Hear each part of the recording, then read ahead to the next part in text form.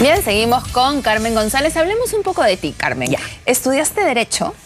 Estudiado, me da vergüenza decirlo. ¿Por qué no? 22 años de universidad. ¿Qué me dices? Sí, pero yo tengo mi explicación. A ver. Es que mi papá me consideraba súper inteligente y lo máximo, y yo me la creí. Entonces, como él, yo me acuerdo cada vez que tenía un libro, mi papá sentado a mi lado. Ah, no me digas. Entonces, amo los libros. Amo cuando alguien me dice que hago una presentación de un libro, de una obra de arte, porque me pongo a estudiar. Ya. Me encanta estudiar. Ya, bueno. Entonces estudié. Primero mi papá me dijo de que tienes que ser... Yo tenía un Edipo muy grande, o sea, enamorada de mi padre hasta los huesos, porque mi madre era muy violenta. Entonces, para mí mi padre lo había idealizado y a mi mamá la denigraba, ¿no? Entonces me costó mucho trabajo reconciliarme con ella. Entonces mi papá me dijo, tú tienes que ser médico, y como mi papá era Dios, le dije que bueno. Pero después, a los 2 meses, me dijo, no, mejor médico no, vas a ser contador como yo. Muy bien, papá, como tú. Y después un día me fue y me matriculó en la Católica. Y después vino y me dijo, hija, me equivoqué. No era, tenía que haberte matriculado en otra facultad, te has matriculado en letras y solo puedes ser abogado. Pero serás notario. ¡Qué maravilla, papá! Le dije. Y estudié Derecho. ¿Y tú así. ibas así Sí, ciegamente a lo ciega. que... Tenía 15 años. Y Terminé- confiabas en tu inteligencia brutalmente? No, confiaba en mi papá, que me había dicho de que me iba a ir bien siempre. O sea, ni siquiera, era mi papá y yo me estudiaba para él. Ya. ¿Entiendes? No pensaba que era inteligente o no. Simplemente eso lo he visto después. Yo pensaba que yo quería estudiar para que mi papá estuviera contento. Entonces estudié 7 años de Derecho, pero como mi papá era muy trabajador, yo me identifiqué con el trabajo. Entonces me fui a enseñar cuando tenía 17 años, ya estaba en segundo de letras, a un colegio Divino Maestro que quedaba por la Católica, en la Plaza Francia. ¿En Camaná? El En famoso Camaná. colegio de Divino Maestro. Fui, enseñé secundaria, estudié el curso de castellano, se llamaba en ese momento el curso, y como mi papá me había dicho que hay que hacer, y mi mamá también, que hay que hacer las cosas bien, entonces me fui a estudiar, dije, ¿cómo voy a enseñar si no soy educadora? Y me fui a la Facultad de Educación, como había hecho letras, hice sí, empecé el Derecho y paralelamente Educación. Ya. Y terminé hasta la doctoral de Educación. Dios. Sí, imagina, pero no ejercí casi el Derecho, porque Ya. realmente como que empecé a trabajar como en publicaciones, en una universidad, director de publicaciones, pero no me gustaba el Derecho. Ya. Y después, por un problema de pareja, trabajaba muy bien como director de publicaciones, pero después tuve un problema de pareja.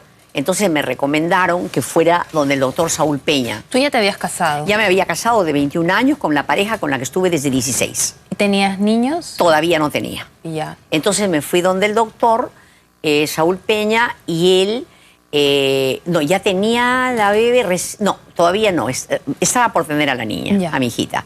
Entonces me fui donde el doctor, y el doctor Peña estuvo conmigo 2 años, me acompañó y me dijo, iba a formar un centro, él, una escuela de psicoterapia que se llamaba Sigmund Freud, de la cual solo hubo una promoción. Ya. Entonces, él me dijo, tú tienes condiciones, y me fui. Y estudié allí 4 años. Y mira, ya eran 7 de Derecho, más 5 de Educación, más 3 de Educación, más una doctoral. Ya eran como 11 años, 11. ¿no? Y entonces fui a estudiar ahí 4 años. O sea, 10 y 15. Ya era de 15, ¿no?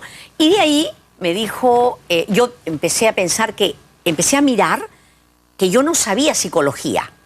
Como abogada había entrado a la escuela de psicoterapia, psicoanalítica, porque no se necesita ser psicóloga. Ya. Entonces, pero había que hacer las cosas bien. Entonces dije, tengo que estudiar psicología, sobre todo que mis compañeros hablaban de pruebas y yo no sabía nada.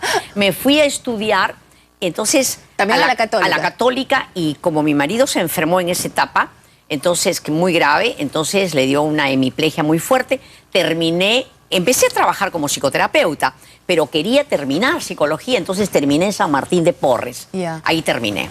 Y aparte de eso, he hecho 2 diplomados, pero en el camino hubieron muchas cosas, porque yo mientras estudiaba, mientras terminé Derecho, entré a trabajar a un ministerio. O sea, has hecho Derecho, Educación, Psicología, psicoterapia, psicoanalítica, y 2 diplomados. Ya. Uno de planificación del desarrollo. Ya. Y el otro planificación de, creo que, no me acuerdo el nombre, pero era planificación como del comercio exterior. Jesús. Esto ya un montón. Sí, ¿verdad? ¿Verdad? Ahora, en este camino yo leí que te estabas casada, después te separaste y después volviste con tu esposo. Sí, y yo me casé con él, tuvimos a nuestra hija, a Jimena, y después nos divorciamos totalmente. Cada uno se fue, cada te uno para casaste su bien santo. joven, ¿no? Sí, desde 15 años estuve con él. Pero, 15, 16. ¿Y te casaste a los 21? A los 21, casi para cumplir 22, estuve con él hasta los 30 y tantos años. Ya. Ahí ya tenía mi niña. Este es tu matrimonio. Sí. Sí. Acá está, Ahí mira, está. ¿ves? Me casé, Te casaste estuve de blanco. De blanco, Con en esa toda época, la- con rosario en mano. Ahora pensar que soy agnóstica. ¿Rosario? Ahí no ves el rosario en Ay, la no mano. lo veo. Ah, con el confesionario. El Biblia, y creo que era un misal y todo. Misal, cuanto. perdón. Y un rosario misal. antiguo, Claro, sí. sí, un misal. Pero se usaba, pues, en Se la usaba, época. sí. Sí, claro que sí. Y de allí estuve, después, ¿qué pasó? Nada, me separé, me divorcié y después nos amistamos y tuvimos otro bebé. Me muero muerta. Qué linda historia. Pero es que si no, no tendría la poca experiencia, pero que es sustancial para poder entender los casos, ¿no? Bueno, claro, pero tú también dijiste hace un momento algo importante, ¿no? Nada es casual. No, no existe casualidad ni mala suerte. Y Todo tiene que ver ¿no? con una causalidad. ¿Y cómo interpretas tú entonces esta propia historia tuya? Ahí está tu hijita, Bueno, mira. ahí está, estoy con mi hija Jimena. Sí. Lo que yo interpreto, primero, quién soy, cómo soy, ¿no? Eso de ser tan aparentemente fuerte Ajá. es por mi madre, ¿no? Mi madre era muy definida. Mira. Esto se hace, esto no se hace. Y era muy honesta. Y mi papá era muy trabajador. Y yo tuve una abuela, Carmen. Era una pequeña, andina, chiquitita, pero era fuertísima. A los 32 años a ella le quitaron el ojo con un fierro caliente. ¿Qué? En el año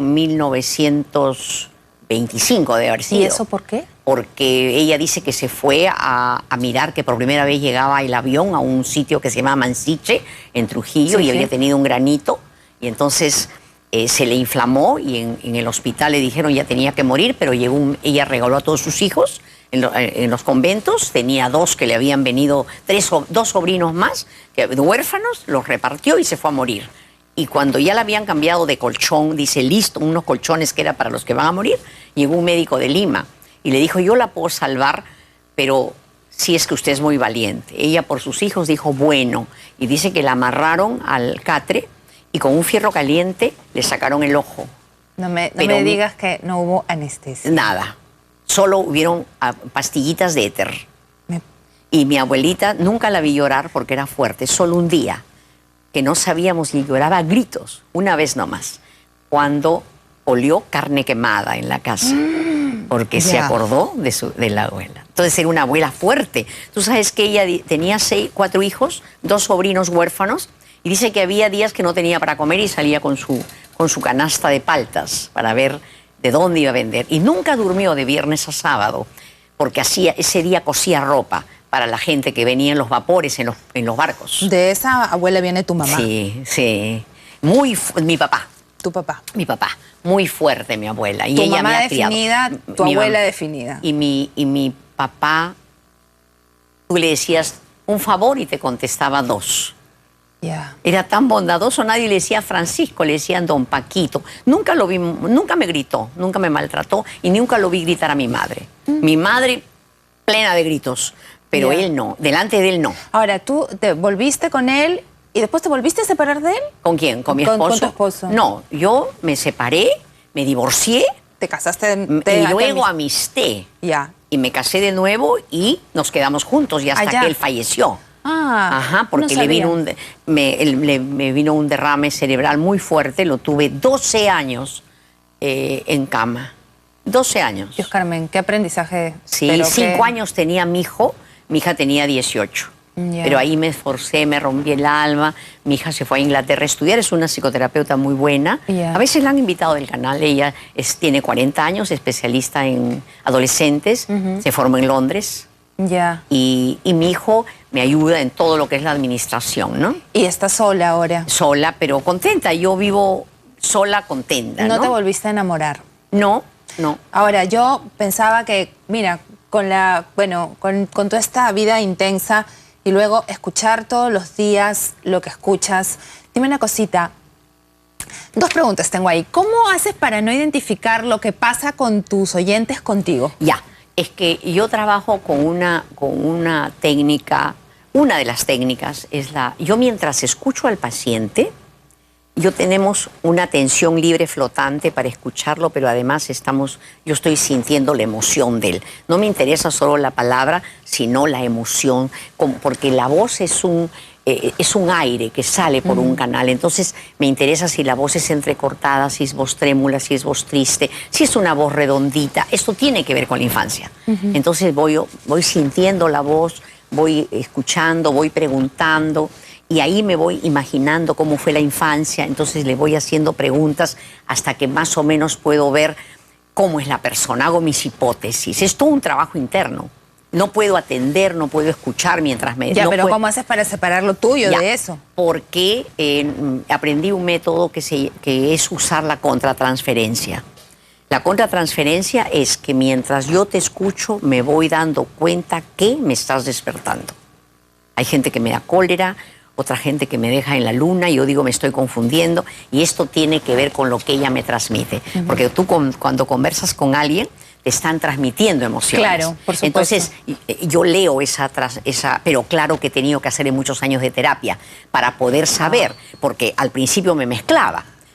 Por ejemplo, yo tenía una madre muy fuerte, entonces de repente alguien me hablaba de su mamá y me provocaba pegarle a la señora porque en el fondo le estaba pegando a mi madre, ¿no? Exacto. Entonces, con tantos años de terapia, he hecho como más de 20 años de terapia, más o menos me conozco, más o menos, entonces trato de ver cómo es que, qué emoción me está transmitiendo la paciente, como si yo fuera un laboratorio, ¿no? Así trabajo, ¿no? Ya, y de acuerdo a eso... Le voy diciendo, por ejemplo... Pero, o sea, la individualizas, no, la claro, encapsulas. yo la veo a ella, yo la estoy viendo a ella, lo que me está despertando y me estoy diferenciando. Por ejemplo, si me da cólera, yo digo, ¿por qué me está dando cólera? O sea, uno trabaja recibiendo y mirándose. Es doble, ¿no? Claro, por eso es que no se puede... Por ejemplo, cuando yo trabajaba en Naciones Unidas en una etapa, yo podía estar dando una exposición y venía la secretaria y me pasaba papelitos, porque lo hacía con mi cerebro pensante. Ahora no puedo. Nadie me tiene que hablar mientras estoy en el programa, ni nadie entra a mi consultorio porque estoy concentrada viendo el sentimiento que me despierta, cómo mira, cómo son los pies, todo. Haciendo puramente tu trabajo. Sí, pulcramente, y me digamos. encanta. Ya nos dimos cuenta. Vamos a una nueva pausa y volvemos.